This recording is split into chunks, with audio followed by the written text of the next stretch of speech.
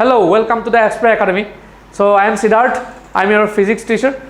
Okay, in our last class, we have discussed about what? Class 10 science. Okay, so in class 10 science, what I have to discuss or what we are discussing on? What?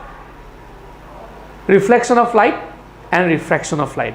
In our last class, we have discussed about reflection of light. Today, we are going to discuss about what? Refraction of light. So what is refraction of light? First of all, refraction of light. So there are two terms in a light. So what? Refraction of light and reflection of light. So we have completed the syllabus of reflection of light. So what is reflection of light? What is reflection of light? We have already discussed what? Whenever ray of light is traveling through one medium, strike at the rough or polished surface and bounce back to the same medium, and this phenomenon is called reflection of light. So now another one term is called refraction of light. So what is refraction of light? So refraction of light means what? Whenever ray of light is traveling from one medium to another medium, okay, whenever a ray of light is traveling from one medium to another medium, light bends. So this phenomenon is called refraction of light. Means, suppose a light, a medium or another medium. So what are the two mediums? Medium, suppose one medium is, suppose we can consider it vacuum, and another is medium is considered air. Medium is, what are the mediums are present in our earth? What? Different medium, vacuum, air, water, glass, or like that something where the light can pass. Okay, so whenever ray of light is traveling from one medium to another medium, light bends. So this phenomenon is called refraction of light. So now it I diagrammatically tak can explain kor. Suppose we consider at a medium interface. Suppose it is suppose air medium consider koilu, it is suppose consider koilu water medium. Okay, whenever ray of light is traveling here, strike at the surface and light bends. Okay, light bends, and this phenomenon is called refraction of light. Refraction of light. So a light to ki kom apre first ote a light to hobo incident ray, and this light is called what? This light refracted ray. So whenever ray of light is traveling from one medium to another medium, but because duta medium separate hoise, one medium to another medium, light bends, and this phenomenon is called refraction of light. So light bends hole eto incident ray, eto refracted ray. So eto ami imaginary line eta ami draw kori dilu, eto imaginary line. So this imaginary line is called normal. So a particular point to come, suppose O point buli consider koilu, a to come P buli consider koilu, a to come N, a to N dash, or a to come ami Q. So these are called this one. So incident ray, refracted ray, and normal. Okay. So at the angle form was here at the angle. This angle is called angle of incident, and this angle is called angle of refraction. So angle I is called angle of incidence, and angle R is called angle of refraction. Okay, so incident ray and refracted ray duta angle banale angle of IR. So this phenomenon is called refraction of light. Okay, so ketiaba bands eneko hobo pare, ketiaba eneko bands hobo pare, eneke eta ray of light gol eneke bend hobo pare, নহলে ketiaba eneke ahile enekeo bend hobo pare. So duta medium or duta side hobo pare, ketiaba etu condition hobo etu condition, ei condition jota ketia hoy to moi to explain korim. So first of all etu janibo lagibo. So what is refraction of light? Whenever ray of light is traveling from one medium to another medium, the light bends, and this phenomenon is called refraction of light. So refraction of light hole. So next I lay laws of refraction. Next one is called laws of refraction. So first law, refraction or reflection, there are two laws in reflection. Similarly, in refraction, two laws are always. The first law is what? Incident ray, reflected ray, and normal lies always in the same plane. Similar as the laws of reflection. Means this is incident ray, this is reflected ray, and normal are lies always in the same plane. Okay, so lies always in the same plane. So next, first law, incident ray. So first of all, incident ray. Next one, refracted ray, and normal are lies always in the same plane. So what? Incident ray, reflected ray, and normal are lies always in the same plane. Number two law is what? This is different from the reflection law. So this one is, second law is what? Ratio of the angle of sine of angle of incidence to the sine of angle of refraction is a constant. So second law is called sine of angle of incidence. Sine of incidence. Sine of incidence. Sine of incidence divided by sine of refraction is a constant. So this is laws of reflection. The first of all called what? Incident ray, reflected ray, and normal are in the same plane. And second one is called sine of ratio of the sine of angle of incidence divided by sine of angle of refraction is a constant. Okay, so this is all about refraction of light. So first of all, etu ki light hol? Etu is a incident ray, etu refracted ray, etu normal, etu is angle of incidence, etu angle of reflection. The laws of reflection are duta ekita important bostu hoy.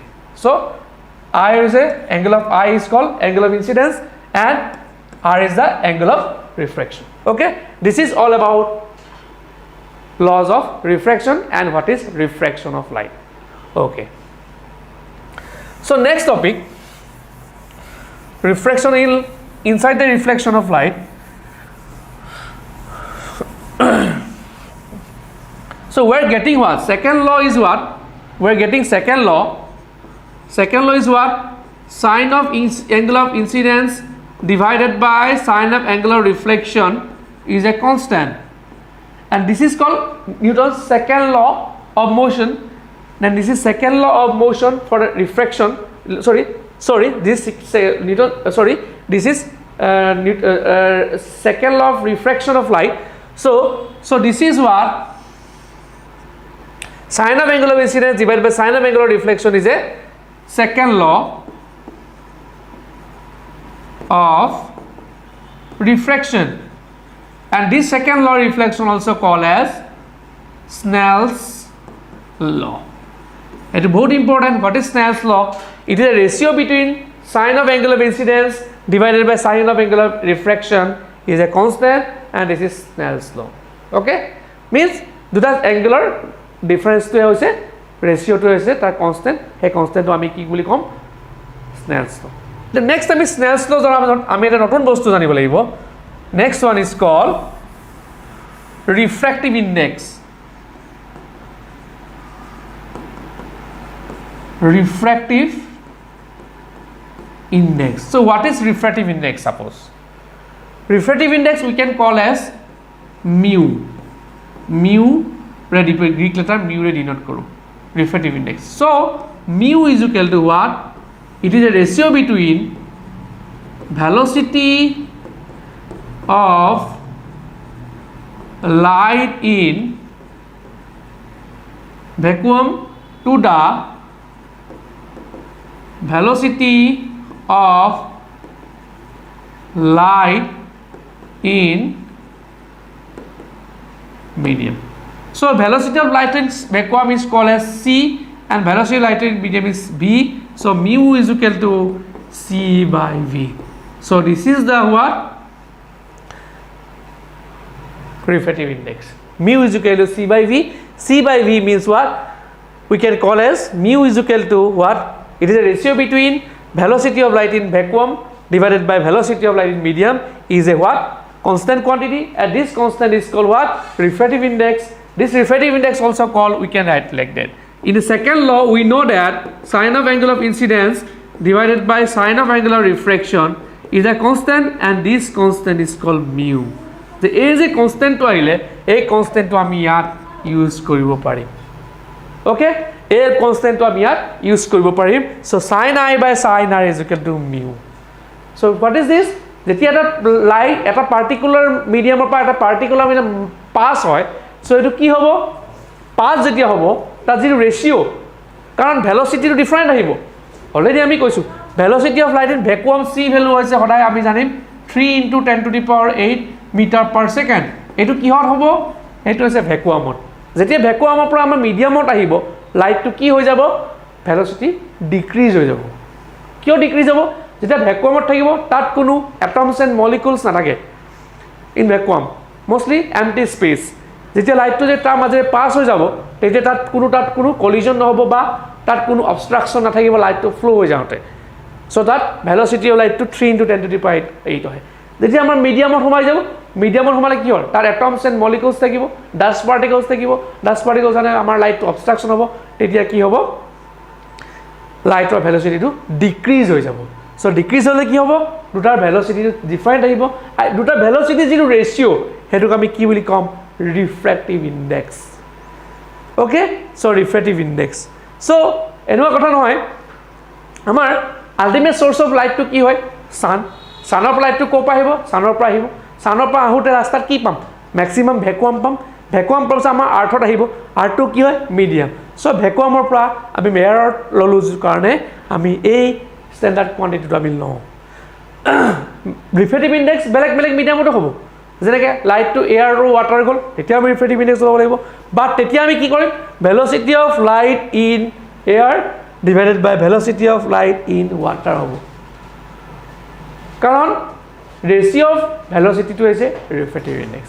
So এইটোৱে কথা হৈছে, এইটো হৈছে refractive index. So refractive index আমি যদি ক'ব জানো, what is refractive index? So what is refractive index? It is ratio between, it is the ratio between velocity of light in vacuum to the velocity of light in medium. It is a refractive index or definition. So mu is equal to what? So mu is equal to standard value C by V. So refractive index of carry unit নাই, because দুটাৰ velocity হয়, velocity with carry, it is a pure ratio. So refractive index has no unit, it has a pure ratio. This is all about refractive index. Okay, first of all, refractive index দুটা থাকিব পাৰে। এটা আছে absolute refractive index,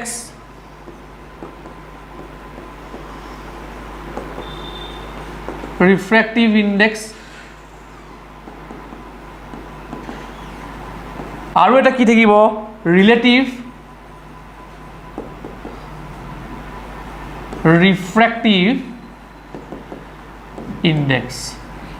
দুটা একেই বস্তু, দুটাই mu হ'ব, but these are some different area. So relative refractive index হৈছে, suppose a ray of light is traveling from medium 1 to medium 2. Suppose ray of light to এটা particular mediumৰ পৰা এটা particular medium movement হৈছে, travel কৰিছে, তাৰ যিটো refractive index, সেই refractive কি হ'ব? Relative refractive index. ৰিলেটিভ মানে দুটা medium convert. So whenever relative refractive index of value হ'ব, ফৰ্মুলা হ'ব C mu is equal to V1 by V2. আমি এনেকৈ তাক এক্সপ্লেইন কৰিব পাৰোঁ। So V1 we consider, let V1 is equal to velocity of light in medium 1 and velocity of 2 v2 মানে velocity of light in medium 2 এই দুটাই হৈছে relative refractive index তাকো ডিফারেন্ট নয় আমি জানিছিলো mu is equal to what c by v both are velocity c velocity v velocity but difference কি আসলে c মানে velocity of light in vacuum divided by velocity of light in medium but ইয়াত কি হ'ব mu is equal to v1 by v2 একে velocity but ইয়াত vacuum নহয় vacuum নহয় কি হ'ব এটা মিডিয়ামৰ পৰা আনটা মিডিয়ামৰ লাইটটো যদি যায় হঠাৎ vacuumৰ পৰা নাহে আমি ইয়াতটো আমাৰ পৃথিৱীটো বেলেগ বেলেগ মিডিয়ামৰ থ্ৰুদি আমি পাস কৰিম লাইটটো এটা কি হ'ব তাৰ রিফ্র্যাক্টিভ ইন্ডেক্স নহব নেকি রিফ্র্যাক্টিভ ইন্ডেক্স হ'ব কেনেকৈ হ'ব বস্তুটো velocity 1 a particular medium or kiman velocity asle aru code gol ta velocity ratio ko hetu refractive index but hetu refractive index ami ki kom relative refractive index বুঝি পাইছা না so refractive index mu is equal to v1 by v2 aru ami eneke likhibo paro 1 mu 2 likhile gom paba light to ko pa kole flow hoise 1 to 2 medium 1 to 2 so v1 by v2 ami kete enekwa likhibo paro a mu w a mu means we can consider a is air w water so কি হ'ব va by vw একেটাই বস্তু different নাই তাৰ একো এটা বেলেগ বস্তু বেলেগ নহয় যদি গ্লাছৰ পৰা ওয়াটাৰলৈ গৈছে তো কি হ'ব vg by vw এটা কোনো ডিফারেন্ট নাই so এটো relative refractive index so relative refractive index কি হয় বাস দুটাৰ ভেলোসিটি লাইটটো কোৰ পৰা ক'লৈ গৈছে তাৰ যে ৰেশিও ওলাব হেতু ৰিলেটিভ ৰিফ্ৰ্যাক্টিভ ইন্ডেক্স so হেতুৱে কথা so এই প্ৰথমতে এটা 1 over 2 গৈছে suppose 1 mu 2 g mu w মানে light is traveling from glass to water suppose we can consider g is a glass w is a water suppose a mu w means air to water so va by vw এটো হৈছে তোমাৰ relative refractive index so next one another কি থাকিলে absolute refractive index absolute to গম পালোই আমি already absolute refractive index হ'ব হলে কি হ'ব লাগিব mu is equal to hodai c by v হ'ব লাগিব hele light is traveling from vacuum to medium then কি হ'ব it is this ratio is called absolute refractive index যেটো আছে আমাৰ refractive index যেটো কলো এটা তার একো ডিফারেন্স নাই so these are two different refractive index one is called absolute refractive index and another one is called relative refractive index okay আৰু এটা বস্তু আছে principle of reversibility next one another one এটা বস্তু আছে principle of reversibility so according to the principle of reversibility যদি এটা light to 1 mu 2 হয় তাক আমি কি লিখিব পাৰো 1 by 2 mu 1 বুলি লিখিব পাৰো এটো ওকে যদি আমি a mu w লিখো কি লিখিম 1 by w mu a বুলি লিখিব পাৰো so according to the reversibility principle of reversibility 1 mu 2 is equal to 1 by 2 mu 1 and a mu w is equal to 1 by w mu a or g mu w যদি লিখো 1 by w mu g বুলি লিখিব পাৰো river মানে ৰিভাৰ্সিবিলিটি according to এনেকুৱা so এটো কি হ'ব এক্সাম so 1 mu 2 টোক আমি কি লিখিব পাৰো v1 by v2 okay then 1 by 1 mu 2 কি লিখিব পাৰো okay 1 by v1 by v2 হ'ব নহব 1 by v1 by v2 মানে কি হৈ গ'ল এটো v2 by v1 এটোৱে কথা তা বেলেগ কথা নাই আৰু এনে কৰি গলে হ'ব so এটো হৈছে principle of reversibility according to principle of reversibility আমি কিছুমান আমি ৰিফ্ৰ্যাক্টিভ ইন্ডেক্স যে তাক আমি উল্টাকেও লিখিব পৰা যায় এটো ফৰ্মটো মনত ৰাখিবা okay now another one good conception is called what is denser medium and rarer medium denser medium or concept এটা আছে denser medium and rarer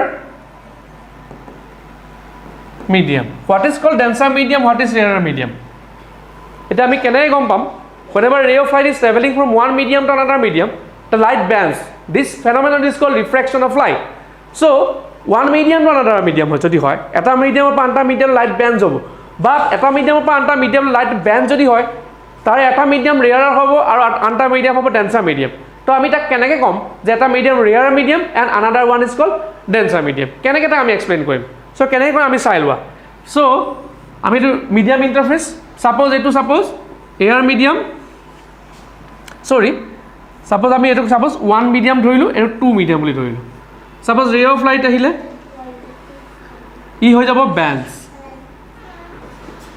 এইটো কি হয় আমি অলৰেডি কৈছোঁ এডাল কি হয় নৰ্মেল চ' আৰু এটা কেছ এইটো case number 1 this is case number 1 and another one is case number 2 medium interface এইটো মিডিয়াম 1 এণ্ড মিডিয়াম 2 এটাত কি হ'ব এনে গুচি গ'ল চ' ইয়াত দুটা ডায়েগ্ৰাম বেলেগ বেলেগ cash number 1 wherever ray of light is traveling from one medium to another medium light bends ক'ৰ পৰা ক'লৈ বেণ্ড হৈছে towards the normal ক'লৈ বেণ্ড হৈছে নৰ্মেল ক'লৈ বেণ্ড হৈছে এইটো হ'ব এংগল অফ ইনচিডেন্স এইটো হ'ব angle of reflection similarly this is angle of incidence this is angle of reflection so' in one case whenever ray of light is traveling from one medium to another medium light bends towards the normal যেতিয়া towards the normal হ'ব তেতিয়া কি হ'ল ইয়াত velocity of light is decreasing আৰু ইয়াত কি হ'ব increasing with respect to that য'ত velocity of light বেছি হ'ব সেইটো ৰে মিডিয়াম কোৱা হ'ব ৰেয়াৰ মিডিয়াম আৰু এইটো কি হ'ব ডিক্ৰিজ হ'ল যে এইটো হ'ব ডেন্সাৰ মিডিয়াম চ' এইটো কেছত আমি কি ক'ম ইয়াৰ ভেলচিটি v1 ইয়াৰ ভেলচিটি v2 ইয়াৰ velocity v1 is greater than v2 in this case কোনটো ৰেয়াৰ মিডিয়াম কোনটো ডেন্সাৰ মিডিয়াম কোনটো হয় য'ত velocity of light is decreasing after refraction so' ইয়াত কি হ'ব সেইটো মিডিয়াম কি হ'ব ডেন্সাৰ মিডিয়াম ইয়াত বিকজ ইয়াত ডিক্ৰিজিং বুলি কেনেকৈ গম পালোঁ যেতিয়া এটা whenever ray of light is traveling from one medium to another medium light bends towards the normal যেতিয়া bends towards the normal হ'ব তেতিয়া লাইটৰ ভেলচিটি ডিক্ৰিজ হয় লাইটৰ ভেলচিটি ডিক্ৰিজ হোৱা মানে কি এইটো মিডিয়াম আমি য'ত মিডিয়ামটো ৰাখিছোঁ যোনটো মিডিয়ামত আমি টুৱাৰ্ডছ দ্য নৰ্মেল হৈছে এইটো হ'ব ডেন্সাৰ মিডিয়াম তেনেহ'লে ওপৰটো অলৰেডি অবভিয়াছলি ৰেয়াৰ মিডিয়াম হ'ব ঠিক আছে ঠিক তেনেদৰে second case number 2 whenever ray of light is traveling from one medium to another medium light bends away from the normal হ'লে কি হ'ব ইয়াত কি হৈ গ'ল away from the normal চ' এইটো মিডিয়াম হ'ব ৰেয়াৰ মিডিয়াম চ' এইটো হৈ যাব ডেন্সাৰ মিডিয়াম ইয়াত কোনটো ভেলচিটি বেছি হ'ব ইয়াত ভেলচিটি v1 দেন v2 ইয়াত ভেলচিটি v2 এইটো v2 আৰু v1 ইয়াত velocity v2 is increasing here v1 is decreasing ইয়াত ডিক্ৰিজিং হোৱাৰ কাৰণে ডেন্সাৰ মিডিয়াম হ'ল ইয়াত কি হৈ গ'ল ৰেয়াৰ মিডিয়াম দুটা কেছ বুজি পাইছানে আকৌ ভালকৈ চাই লোৱা ৰেয়াৰ মিডিয়াম আৰু ডেন্সাৰ মিডিয়াম কি হয় ডেন্সাৰ মিডিয়ামত সদায় লাইটৰ ভেলচিটি ডিক্ৰিজ হ'ব আৰু ৰেয়াৰ মিডিয়ামত ভেলচিটি ইনক্ৰিজ হ'ব আৰু কেনেকৈ গম পাম ইনক্ৰিজ ডিক্ৰিজ হৈছে যেতিয়া এৱে ফ্ৰম দ্য নৰ্মেল হৈ যাব সেইটো মিডিয়ামত সেই উইথ ৰেচপেক্ট ডেট মিডিয়াম সেই মিডিয়ামটো হ'ব ৰেয়াৰ মিডিয়াম আৰু টুৱাৰ্ডছ দ্য নৰ্মেল আহিলে গম পাব এইটো হৈ যাব ডেন্সাৰ মিডিয়াম এইটো হৈছে rare medium and dancer medium okay বুজি পাইছা চবে একদম ইজি হয় কনচেপ্টটো বুজি নাপালে কমেণ্ট বক্সত কমেণ্টছত জনাবা কিবা ডাক্তৰ হ'লে চ' next one next topic was refraction through glass slab বুলি কথা আছে refraction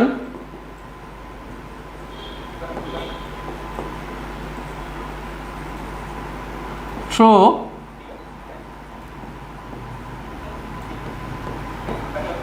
glass slab তো সবে দেখিছা is a rectangular shaped glass যেনেকৈ আমাৰ পেপাৰ ৱেট কিছুমানৰ থাকে পেপাৰ ৱেট থাকে যে কিছুমানৰ ৰেক্টেংগুলাৰ শেপেড এখন পেপাৰ ৱেট থাকে ৰেক্টেংগুলাৰ এইবোৰ কিছুমান গ্লাছ স্লেব হয় আমি গ্লাছ স্লেব হিচাপে ইউজ কৰোঁ মানে তাত মিডিয়াম এটা বেলেগ এইটো গ্লাছৰ মিডিয়াম হ'ব ৰেড টু লাইটটো যেতিয়া এটা মিডিয়ামৰ পৰা আনটা মিডিয়ামলৈ যাব তেতিয়া দুবাৰ ৰিফ্ৰেকশ্যন হ'ব গ্লাছ স্লেবত কি হ'ব দেখি লোৱা এইটো গ্লাছ স্লেব এইটো সম্পূৰ্ণ গ্লাছ হয় এইটো এয়াৰ ছাপ'জ ৰে অফ লাইটটো ইজ ট্ৰেভেলিং ইয়াত ষ্ট্ৰাইক কৰিলে কি হ'ব আমি অলৰেডি গম পাম এইটো মিডিয়াম কি হ'ব ৰেয়াৰ এইটো dancer because is away from towards the normal বা বেলছ টুৱাৰ্ডছ দ্য নৰ্মেল এইটো হৈ যাব এংগল অফ ইনচিডেন্স এইটো এংগল অফ ৰিফ্লেকশ্যন এইটো ইনচিডেণ্ট ৰে দিছ ইজ ইনচিডেণ্ট ৰে this is call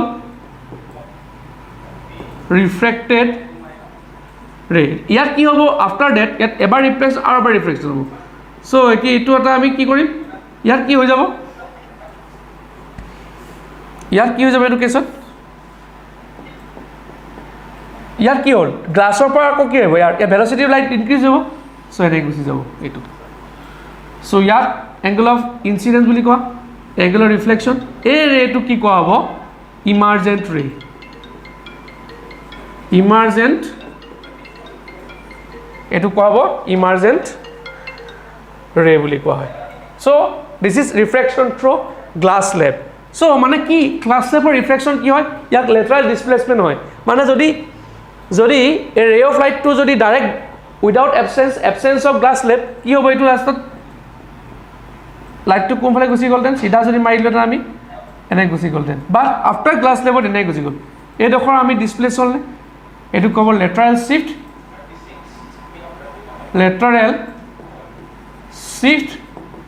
or lateral displacement lateral shift or lateral displacement বুলি কোৱা হয় so this is called refraction to glass slab পৰীক্ষাত বেলে একো না ইয়াৰ অকল নিউমেৰিকেল সিমেৰিকেল একো কথা নাই বাট ইয়াৰ কি হ'ব পাৰে কি দিব পাৰে তোমাৰ মানে জাস্ট refraction to glass slabত কি হয় হে বস্তু দিব পাৰে ওকে সো এখিনি বস্তু আমি কলো so next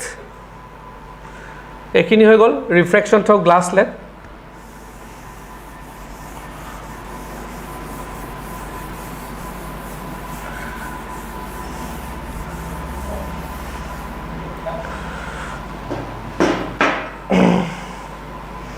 next topic to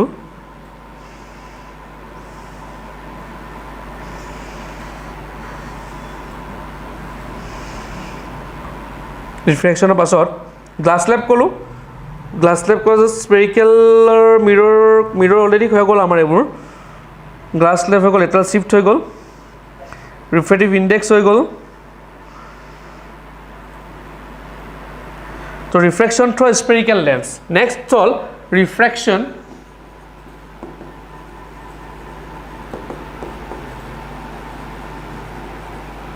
through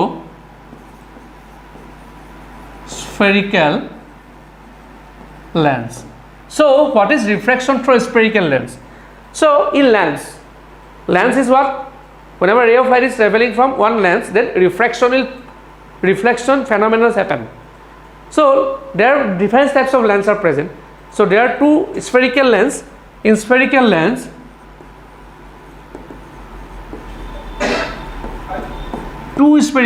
number one is called concave lens and number two is called convex lens already মই spherical lens কৈছো spherical mirror কথা already আমি discuss কৰিলো so in this case now আমি কি কৰিম এতিয়া spherical lens ৰ কথা কম so spherical lens to কেনেকৈ বনায় total দুটা spherical lens আছে one is called concave lens and another one is called convex lens so how we can make these two so চোৱা তোমালোকে এতিয়া suppose দুটা spherical sphere draw কৰিলো এটোটা sphere draw কৰিছো outer sphere এটা কি হ'ব center থাকিব এটো c1 center এটো c2 center suppose এই পার্টটো যদি আমি কাট কৰি লৈ আহো এই পাৰ্টটো যদি কাট কৰি লও কি হ'ব আমাৰ এনেকুৱা নিচিনা হ'ব হয় না নহয় সো ইয়াৰ সেন্টাৰ কি হৈ যাব c2 ইয়াৰ সেন্টাৰ কি হ'ল c1 অলৰেডি আছিল এই ধৰণৰ লেন্সবোৰ কি কোৱা হ'ব convex lens this type of lens is called convex lens so convex lens to আমি এতিয়া draw কৰিম কেনেকৈ এই দুটা center of curvature there are two center of curvature whenever a imaginary line passing through the two center of curvature so this line is called what already আমি জানো this is called principal axis a principal axis है এই lens tour at a particular perpendicular draw at a particular point আমি consider কৰো এই particular point O বুলি কওঁ this is called optical center this is called optical center okay another two one there this is called one radius na your radius to kuntu your radius r1 here to Here radius কোনটো এটো r2 similarly here or two radius are there this is r1 and this one is called r2 this r1 and r2 is called radius of curvature